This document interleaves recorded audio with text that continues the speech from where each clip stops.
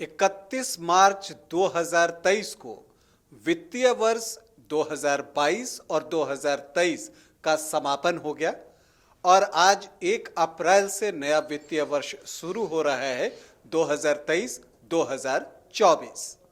यह वित्तीय वर्ष होगा, लेकिन आपको बता दूं कि जैसे हर साल होता है कि 1 अप्रैल से बहुत सारी चीज़ें बदल जाती हैं, जिसका असर आपकी जेब पर पड़ता है, आपके जीवन पर पड़ता है। तो आज 1 अप्रैल है और आज से भी कुछ चीज़ें बदल रही हैं जिसके बारे में आपको जानकारी होनी चाहिए, जो कि आपके काम की होंगी। नमस्कार, आप देख रहे हैं न्यूज़ बाइस्कोप और मैं हूं राकेश रंजन।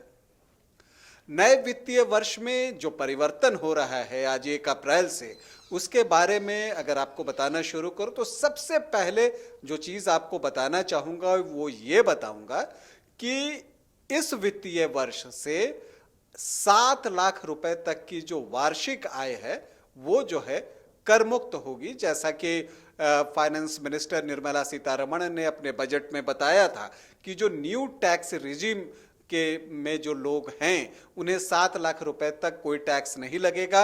अगर इसमें 50,000 का स्टैंडर्ड डिडक्शन हम जोड़ दें तो 7.5 लाख रुपए तक कोई टैक्स नहीं लगेगा। जो नए टैक्स रिजिम में होंगे उनके लिए मैं बात कर रहा हूं। आपको ये भी बता दूं कि जो न्यू टैक्स रिजिम होगा वो अब जो है डिफ़ॉल्ट कर व्यवस्था होगी। जब इसका मतलब ये हुआ कि जब आप टैक्स भरने के लिए आप पोर्टल पर जाएंगे तो वहाँ जो डिफ़ॉल्ट में आपको दिखेगा वो न्यू टैक्स रिजिम ही दिखेगा। और आपको ये बता दें कि अगर आपको पुराने टैक्स रिजिम में जाना है तो उसके लिए विकल्प का चुनाव करना होगा। तो पहला परिवर्तन तो ये होने जा रहा है। इसके बाद अगर हम आगे की बात करें तो अब जो सोने के जो आभूषण होते हैं उनकी जो बिक्री हो रही है उसमें एक परिवर्तन होने जा रहा है। देखिए, और परिवर्तन क्या है कि अब जो है 6 डिजिट वाले हॉलमार्क नंबर वाले आभूषण की ही बिक्री होगी।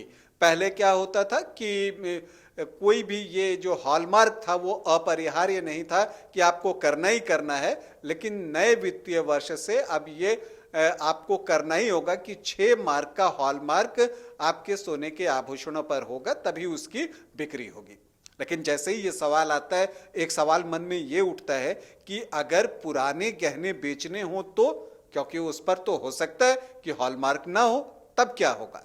तो आपको बता दूं कि अगर ग्राहक पुराने गहने बेचना चाहते हैं तो उसके लिए जो हॉलमार्क की अनिवार्यता नहीं है, आप ऐसे भी उसे बेच सकेंगे। तो चलिए, ये एक राहत वाली बात है। अब आपको ये भी बता दूं कि अब नेशनल हाईवे पर या एक्सप्रेस वे पे सफ़र करना आसान नहीं होगा। अगर आप ड्राइव करने के शौकीन हैं और गाड़ियों में घूमते हैं तो अब नेशनल हाईवे पर या एक्सप्रेस वे पर जब आप जाएंगे तो आपको जेब ढीली करनी पड़ेगी, क्योंकि टोल टैक्स में इजाफा किया जा रहा है नेशनल हाईवे और एक्सप्रेस वे के लिए।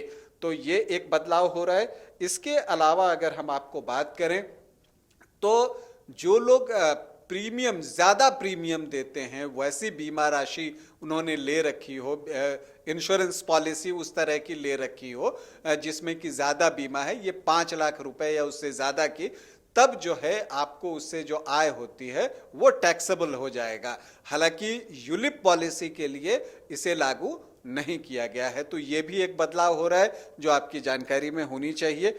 इसके अलावा हम आपको बताएं कि दिव्यांगों के लिए भी एक बदलाव हुआ है। अब दिव्यांगों को यूडीआईडी बताना आवश्यक होगा, मतलब विशिष्ट पहचान पत्र जो उनका होता है वो बताना जरूरी होगा। अगर वो नहीं बताते हैं तो जो सरकारी सुविधाएं उनको मिलती है या जो सरकारी लाभ होते हैं उनसे उन्हें वंचित होना पड़ सकता है। तो यूडीआईडी नंबर जो है वो उनके पास होना चाहिए। तो ये कुछ परिवर्तन हुए हैं जो आज से लागू हो जाएंगे। तो इन चीज़ों का आप ख्याल रखें। हम नए वित्तीय वर्ष में उम्मीद करते हैं कि आप फले फूले, आर्थिक रूप से मजबूत हों और आप जो है तरक्की के रास्ते पर आगे बढ़ें। अभी के लिए इतना ही, इजाज़त दें, नमस्कार।